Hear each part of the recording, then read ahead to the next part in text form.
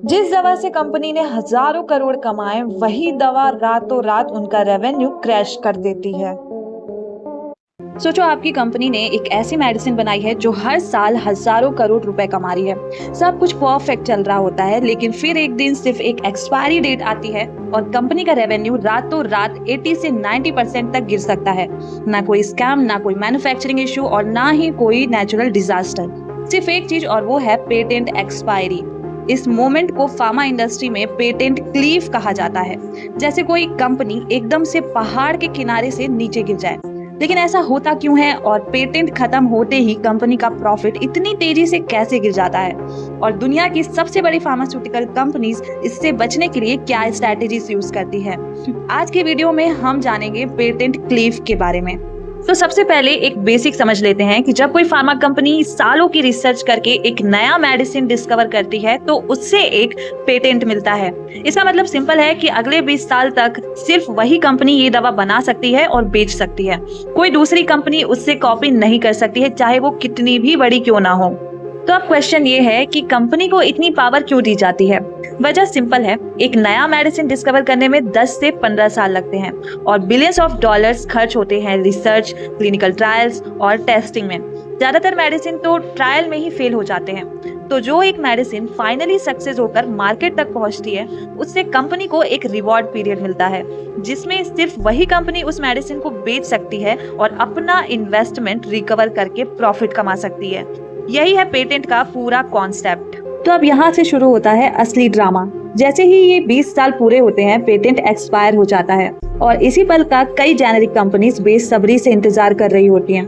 जैसे ही पेटेंट खत्म होता है, ये सारी कंपनी एक साथ मार्केट में उतर आती हैं, क्योंकि उन्हें नए क्लिनिकल ट्रायल नहीं करने पड़ते हैं और सिर्फ बायोइक्विवेलेंस स्टडी करके प्रूव करना होता है कि उनकी मेडिसिन ओरिजिनल जैसे ही काम करती है। इससे उनकी कॉस्ट बहुत कम हो जाती है और वो सेम सॉल्ट बहुत सस्ती कीमत पे बेच सकती हैं। इससे रिजल्ट क्या रहता है कि जो ओरिजिनल कंपनी का प्राइस एडवांटेज है वो खत्म हो जाता है। मार्केट शेयर कई कंपनीज में बढ़ जाता है और रेवेन्यू लिटरली क्लीफ से गिरने जैसा क्रैश होता है। इसलिए इसे पेटेंट क्लीफ कहते हैं। अब इसे एक रियल एग्जांपल से समझते हैं।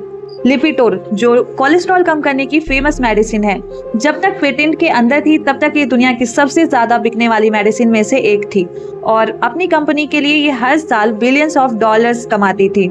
लेकिन जैसे ही इसका पेटेंट एक्सपायर हुआ, जेनेरिक कंपनीज मार्केट में आ गई और कंपटीशन बढ़ा, प्राइसेस गिरे और कुछ ही सालों में कंपनी का रेवेन्यू तेजी से नीचे आ गया। ऐसे ही ह्यूमेरा के साथ भी हुआ था। ये दुनिया की सबसे प्रॉफिटेबल मेडिसिन में से एक थी, लेकिन पेटेंट प्रोटेक्शन खत्म होते ही बायोसिमिलर और जेनेरिक कॉम्पिटिटर मार्केट में आ गए, जिससे कंपनी का मार्केट शेयर और रेवेन्यू दोनों पर बहुत बड़ा असर पड़ा।